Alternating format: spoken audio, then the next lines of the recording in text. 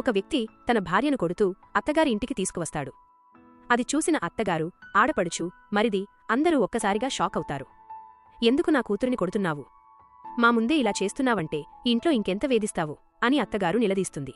దానికి తోడు ఆ భార్య కూడా తన భర్త తనని ఇంట్లో చాలా ఇబ్బంది పెడుతున్నాడని, ఇవాళ అందరి ముందు కొట్టి హద్దులు దాడాడని ఏడుస్తూ చెబుతుంది.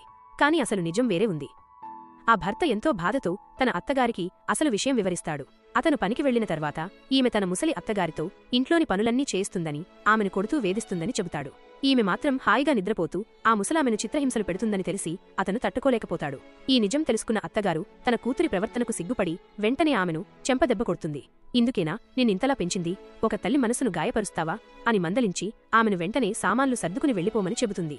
ఈ కథ మనకు నేర్పే పాఠమేంటంటే, ఏ అత్త అయినా మరొకరికి తల్లి అని మర్చిపోకూడదు. ముసలివారిని గౌరవించడం మన బాధ్యత. ఈ వీడియో మీకు నచ్చినట్లయితే తప్పకుండా లైక్ చేయండి. మన ఛానల్ని సబ్స్క్రైబ్ చేసుకోండి.